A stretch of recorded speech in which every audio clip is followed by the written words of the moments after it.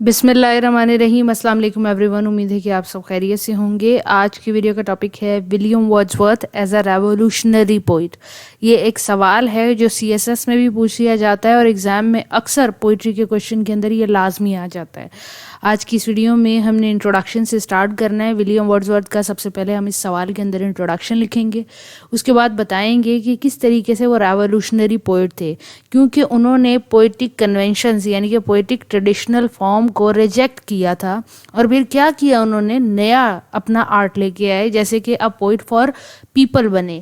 Poet for people سے مراد کیا ہے کہ انہوں نے آسان زبان کے اندر جو انگلینڈ کے کامن لوگوں کے ایکسپیرینس کو ریپرزینٹ کرتی ہے اور ان کو سمجھ آتی ہے, وہ پوئٹری لکھنا سٹارٹ کر دی. اس کے بعد انہوں نے نیچر کو انٹروڈیوس کرایا پوئٹری کے اندر, اور نیچر کو اس طرح سے انٹروڈیوس کرایا کہ لوگوں کے لیے یہ ریولیوشن ثابت ہوئی. لوگوں کو نے نیچرل ورلڈ کو سیلیبریٹ کرنا سٹارٹ کیا. اس کے بعد ان کی جو زبان تھی وہ بہت زیادہ سمپل تھی, پلین تھی, ایوری ڈے کی تھیم وہ یوز کیا کرتے تھے. پاور آف امیجنیشن کو یوز کرتے تھے, اپنے مائنڈ کی باتیں جو ان کو نظر آ رہی ہوتی تھیں اس کے ساتھ ملا کے لکھتے تھے. اس لیے یہ ایموشنل ریولیوشن لوگوں کے اندر لے کے آئے. ایک طرف دنیا مادی پرست کی طرف جا رہی ہے, انڈسٹریلائزیشن ہے, انڈسٹریلزم ہے, وہاں پہ یہ نیچر کی باتیں کر رہے ہیں. انڈسٹریل ریولیوشن کی کرٹک ہیں, اربنائزیشن کی کرٹک ہیں.